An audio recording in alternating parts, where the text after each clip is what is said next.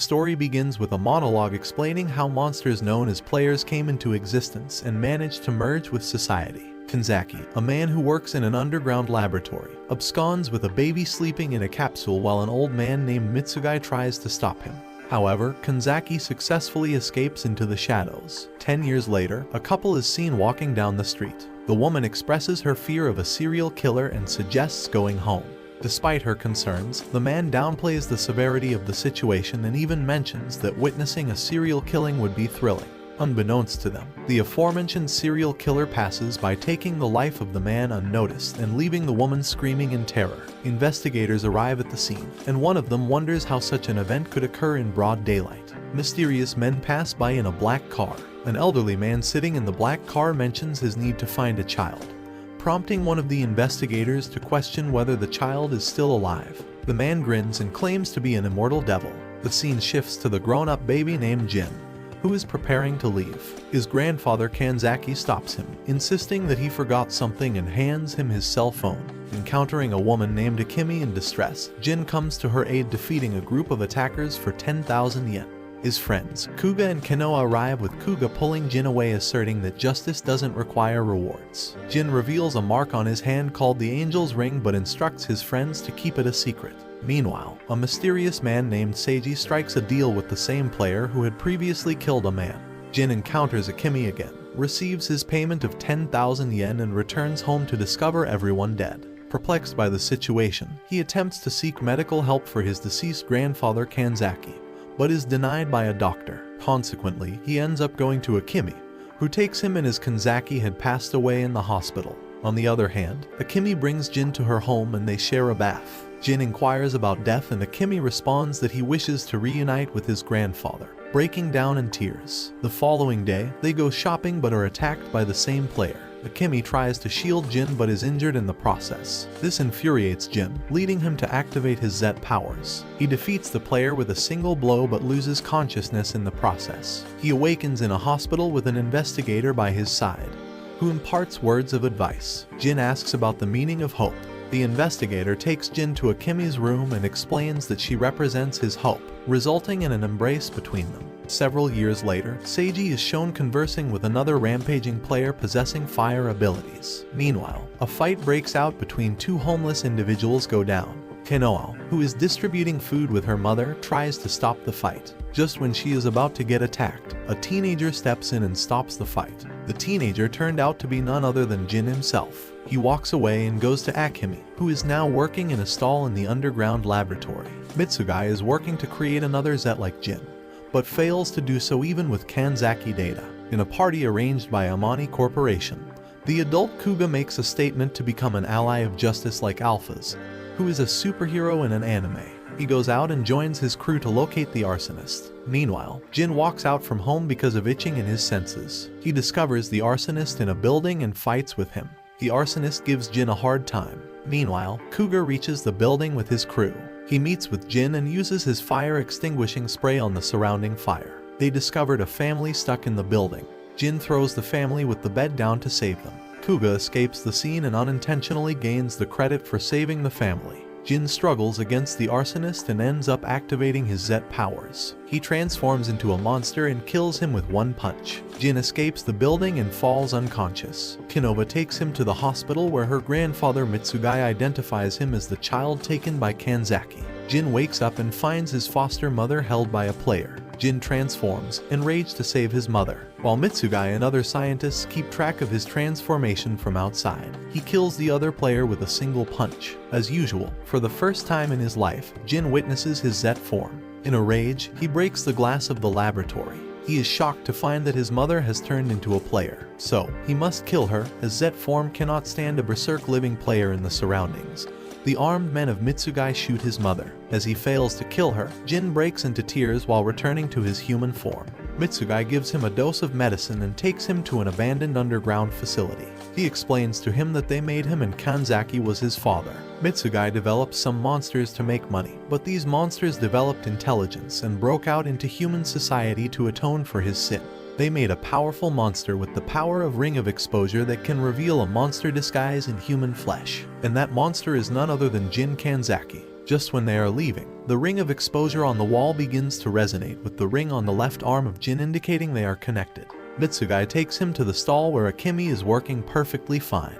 He breaks it to Jin that the Akemi he saw in the laboratory was a monster made by them to test his Zet transformation level. Jin decides to meet her, but Mitsugai stops him. He tells him from now on he should maintain distance from his beloved ones, because if he lives with her, other players will target her. Upon reaching the household of Amagi, he asks Jin to join him so that he can stop the players from wreaking havoc. Jin accepts his offer as the old guy promised to heal off the scar on her foster mother's face. He tells him about the final form of Zet, which is red and more powerful than all players. Seiji is found wandering near the abandoned facility. He discovers a broken part of the ring of exposure, to which he smiles and walks out. 2 years later, the investigators discover another case of killing. This time, the victim has turned into sand. In downtown, several players are killing humans. A red-haired girl unintentionally witnesses the whole thing. She leaves her case and runs for her life. The player keeps on searching for her. The girl hides in a small house, while the men from Amagi Corporation watch the whole thing. From cameras, we see a flashback where Mitsugai conducts various tests on Jin to transform him into Zet, but all in vain. They developed a gum called Activation Gum to kickstart his transformation, but still, the results were not good. On the other hand, Kanoha and her mother continue to distribute food to homeless people in the Amani Corporation building. The teammates of Kuga imprison him with new gadgets capable of helping in various situations. On his way back, the secretary of his father encourages him to continue his work of justice. He tells him about his secret project of creating a powerful suit with the military technology of the company for him to continue his work for justice. Kanola comes across Jin again. She tries to talk to him, but he tells her to stay away from him. After coming home, Jin finds the red-haired girl hiding in his house. He tells her to get out, but she explains about the dangerous man outside looking for her. He gives her food, to which she compliments him a lot. She tries to ask him more, but Jin ignores her. Suddenly, he gets a stench and heads out. While telling her to stay in the house, she chases after him and finds her lost bag. As she grabs her bag, the man from before appears behind her and holds her down. She tries to fight back, but all in vain. Jin intervenes and demands 10,000 yen for saving her, to which she happily agrees. The man attacks him, but he brilliantly counters and attacks him. The man reverts to his original player form, and Jin ends up taking the activation gum. Despite activating some power, the man beats him up. The subordinates of Mitsugai shoot the captured girl with a sleeping drug. As the player drives Jin to death, he miraculously transforms into White Zet, a new form, and kills him. Mitsugai is thrilled to see this transformation of Zet. However, things are not normal yet because the player's main body has escaped. The man, dressed in a white suit known as Sweeper, kills the player's main body because of a violation of their rules. The man belongs to Eval, an organization consisting of elite players. Jin reverts to his human form and takes the girl home.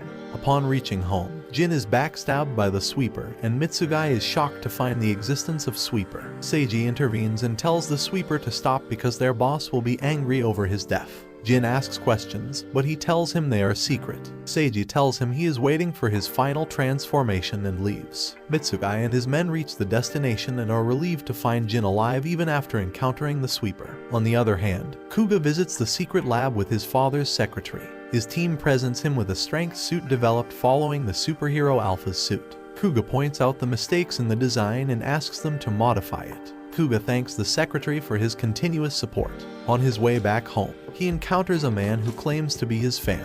He tells him that he will support Kuga if he manages to clear some tests for a hero. He shows him a video of Kenova drowning in the school's swim pool while her teacher stands still in the corner. He also shows him 3 girls in danger who also happen to be his fans. He asks him who he will protect as a test. Kuga rushes to the school of Kanoha only to find her safely taking swimming classes with her teacher. The scene shifts to a bar where the man is giving money to Kanoha's teacher for her fake actions. The bar turns out to be the base of Eval, and all people in the bar are elite players. The next morning, Kuga sees the news about the murder of 3 high school girls. Just like the man told, he receives a call from that man who tells him that he failed the test. Kuga asks his secretary to locate this man to stop him from future murders. He receives a call from Kanoha. She invites him in her plan of meeting Jin, but Kuga harshly refuses. Next, we see the same 2 players from earlier who escape from the battle with Jin. Soon they are interrupted by Seiji, who compels them to kill Jin as they despise him. He also assures them that he will stop the Sweeper from interfering,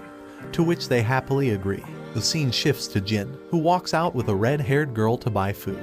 He comes across Canova, who is surprised to see Jin with a girl. Jin leaves after having a short conversation with Canova. Suddenly, Jin comes back due to his sixth sense, only to find the players who kidnapped Canova and her friend. The man reverts to his player form and attacks him.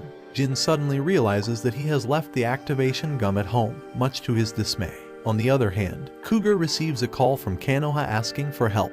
Kuga equips the modified suit and leaves to save her. Jin sustained heavy damage during his fight with the player as he couldn't transform. Mitsugai and his team continue to track his stats for Zet transformation. Jin gathers his strength and lands a solid punch on the player, but he turns out unharmed from the smoke.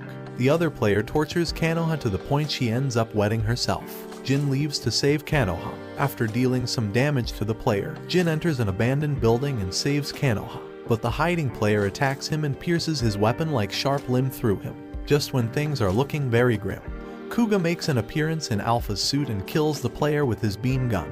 He experiences another challenging choice, as his helicarrier can lift up only 2 people while there are 3 injured people, including Jin.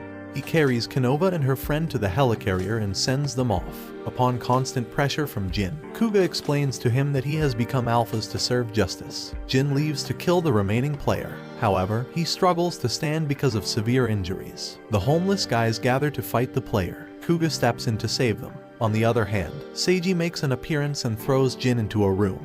He breaks it to him that he knows all about him and how he's trying to transform into Zet by damaging. Seiji takes out a stake made from the fragments of the ring of exposure taken from the abandoned facility.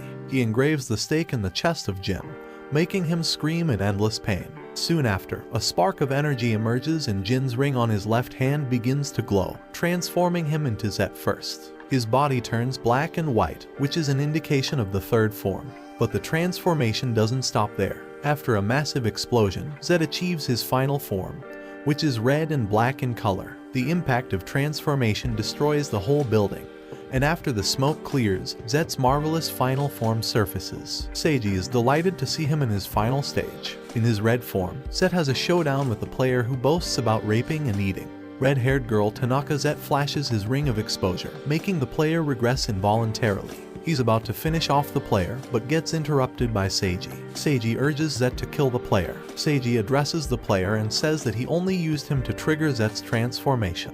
Maddened by the deceit, the player attacks, but Zet uses his razor-sharp limb to kill the player and his bud-like clones. As the workers of Amagni Corporation monitor Zet's transformation level, they are alarmed to see a continuous rise in the transformation process. Meanwhile, in the hospital, Kanoba's condition appears to be grim. Back at the battle scene, Zet is infuriated by Seiji's treachery to his own kind. He points the ring of exposure at him. Seiji confesses that the ring will not do him harm as he's different from other players. With that, he bids Jin farewell. In a bar, a bartender is informed about Zet's red form. He says to the informer that humans might discover their identity. The scientists monitor the drop in Alpha's ability levels as Alpha's is linked with Kuga's consciousness. The scientists praise Kuga for the bravado he showed while saving Canova. The affirmations seem to work as Kuga channels Alphas with confidence. As the player and Kuga are fighting, Zet makes an entry. Kuga is confused to see Zet there, since he's unaware that Zet is Jin. The player faces Zet and shames him for following human orders. Back at the hospital, Kano's friend gives a pendant adorned with a red stone to Yuko, Kano's mother, saying that they were making their way to return it back to Jin. Together, Zet and Kuga finish off the player. As Zet reverts back to his human form, Kuga cries at the sight of his childhood friend and praises Jin for fending off the monsters all alone. Jin rushes home to see Tanaka, naked but safe and sound. He hugs her and asks about her well-being. After securing Tanaka and finishing off the players, Jin and Kuga are praised by the locals for their bravery. Then 2 men in suits appear, informing the boys that Chairman Amagi awaits them. Mitsugai apologizes to his grandson for finding out the truth in such awful conditions. Kuga pleads with his grandfather to disclose the secrets regarding Jin and the players, while the men in suits take a brief account of Tanaka's experience in a hospital room, telling her she's good to go. The same man in the bar is conversing with Seiji, who asks him for permission to handle Jin. Outside Tanaka's hospital room, Kuga sees Jin and says he knows everything. He expresses his wish to join forces with Jin to fight the players. On the other hand, Jin doesn't share Kuga's enthusiasm. Taking out a drawing of Jin's red form, Kuba tells Jin that his final Zep form was inspired by an animation he calls Jin the Zetman. The two enter Tanaka's room, where they're bombarded by questions for the greater good. The boys deny knowing anything. As Jin's on his way to meet Tanaka, he's stopped by Mitsugai, who not only tells Jin to break up with Tanaka, but also to accompany him to the lab for some tests. Tanaka insists on coming with Jin, but is met with refusal that Jin tells her to return to her home. Tanaka says that she will wait for Jin, and the possibility of love brews between the two, which makes Tanaka disclose her first name as Hanako. From afar, Kanoha watches the couple with a broken heart. Jin is plugged with monitoring machines. Mitsugai tells Kuga that Zet was the byproduct of NET, an experiment on making non-human species. After the tests are concluded, Kuga asks Jin about his opinion on Zet, as he believes that people around him are using him. Jin says he embraced this path to serve humanity, so he doesn't care. Through the computer, Jin suddenly hears Kanzaki's voice and demands to know the whereabouts of his gramps. Mitsugai takes Jin to a hidden vault where he is appalled to see Kanzaki's severed head attached to machines. Mitsugai says in order to preserve Kanzaki's knowledge, he took serious measures, but in the process, Kanzaki somehow developed consciousness. So he tells Jin to ask his grandfather how to achieve full Zet transformation. Jin's own consciousness doesn't allow him to ask Kanzaki, so he decides to pull the plugs on his grandfather. Yuko gets a call from Kuga inquiring about the red stone. She tells Kuga that Tanaka has it unbeknownst to her. Seiji is listening in on the conversation through a hole in the ceiling, plotting his attack, breaching the safety of the Amagi household. The translucent player transforms into Jin and aggressively demands Tanaka to return his pendant. Hesitantly, Tanaka reaches toward the pendant along with Jin. The members of Amagi Corporation make an urgent entrance at the Amagi house. They are greeted with two lookalikes of Jin with swords in their hands. One of the lookalikes addresses Jin as a brother, telling him that they were created from his blood. Mitsugai exclaims that it's impossible, but is cut by Dr. Sajida, who tells him that since Jin is still incomplete, clones can be created. One of the clones attacks Mitsugai, but Sajida jumps to protect him, making the sword pierce through his body. The clone makes a second attempt at Mitsugai, but Sajida jumps in again, this time taking the sword in his shoulder. The fight ends when Jin activates his transformation. He brings the Ring of Exposure to play, making the clones disintegrate. Kuga rushes to ask Tanaka about the pendant. Meanwhile, Sajida mutters his last words, expressing his wish to see Zet's complete form. Gyro holds the pendant in his hand while talking to Seiji on call, grinning as the Amagi house goes up in flames. Meanwhile, Hanako is leaving her parents' house despite her mother's pleas. As she's on the road, she falls due to agonizing pain in her head. On a safe base, Kanoha is terrified and demands answers from the scientists and her mother, who try to console her by giving her the same excuse of not knowing. Jin is making his way home when he is greeted by the bartender who seems to know about Zet. Angrily, he questions the man if he works for Seiji. Making the man chuckle, he discloses his identity as the Master of Avowal. Jin takes on a fighting stance but notices the sweeper's presence behind him. The Master of Avowal assures Jin that he wishes to join hands with him to take down Seiji, as he broke the law off leading a quiet life and coexisting peacefully with humans. Jin agrees with his proposal by saying the enemy of my enemy is my friend. In the office, Yuko meets up with Saizu, who shames her for her attire. Paying no heed to his words, Yuko compels her husband to prioritize the safety of his children. Saizu brushes off her concerns by saying that he is the president of Amagi Corporation first, and then a father to Kanoha and Kuga. Hayami informs Kuga that Alphas is to be sent to the headquarters upon Seiji's orders. Kuga angrily says that nothing less can be expected from his father. He begrudgingly gives in when suddenly a man informs Kuga that Kanoha is missing. Jin meets up with Hanako at his house. The two share an intimate kiss together, revealing their feelings for one another. Kuga gets a call from Gyro, who cryptically tells Kuga that he knows where Kanoha is. Kuga arms himself and chips in a tracking device for the group of scientists to keep track of him. Ayami warns Kuga that it could all be a trap. Kuga says that as long as there's a possibility of saving Kanoha, he must go. Meanwhile, Jin and Hanako have some fun.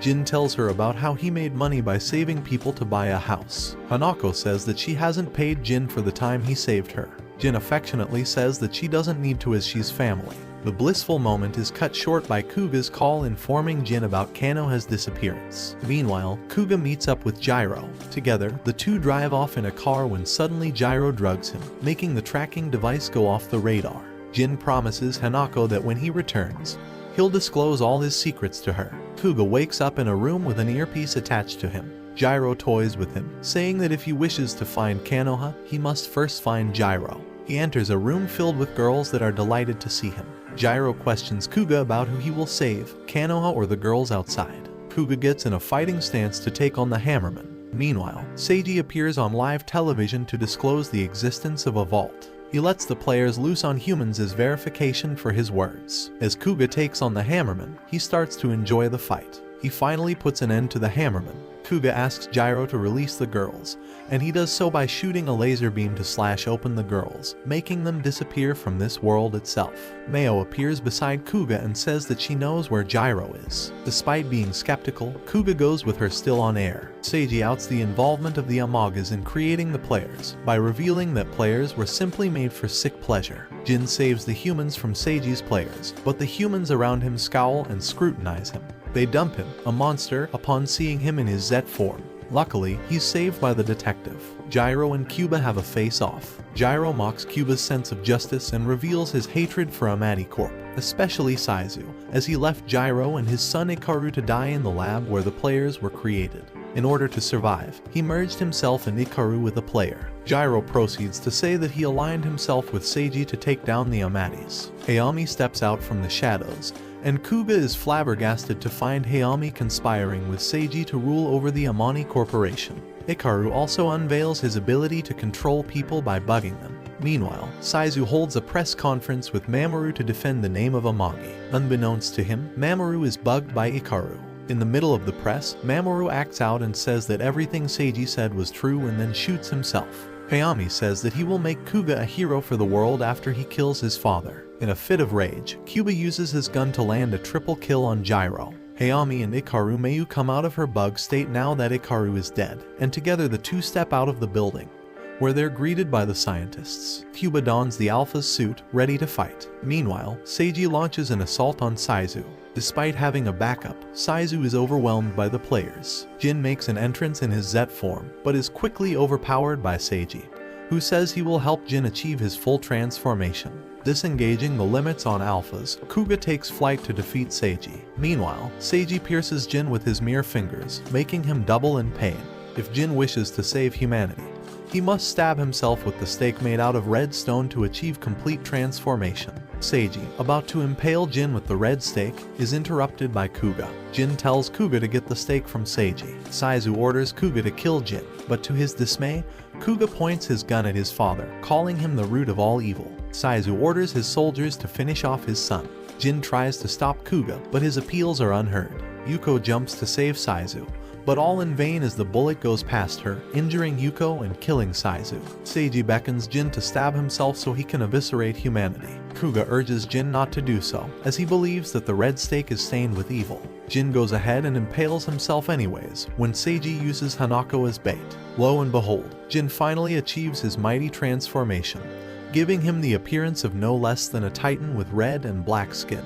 Jin's ring of exposure gleams, tormenting the crowd of people with headaches. Just then, Hanako transforms into a player. Seiji, now in his monster's form, informs Jin that the ring of exposure causes the players to regress, ensuring that they never revert back to their human forms. Jin is in disbelief to see Hanako as a player. Kano is watching everything unfold, with the detective by her side. The detective notes that Hanako is the sand monster that turned humans into sand.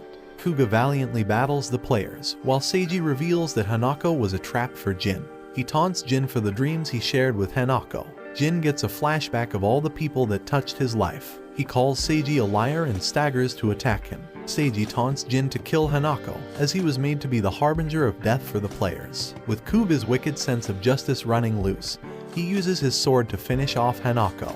Seiji mockingly thanks Kuga for bringing a callous Jin to the surface. Traumatized by Hanako's loss, Jin marches towards Seiji, who beckons him to finish Kuga as he's the real enemy. Jabbing his hand inside Seiji's chest, Jin takes out his heart and crushes it, sending Seiji to his demise. On the sidelines, the detective and Konoha watch Kuga unravel into madness. He retorts that Jin is no longer a hero, and as long as the ring of exposure exists, humanity will be a threat, so Jin must perish. Jin says he doesn't give a damn, making Kuga point his gun at him.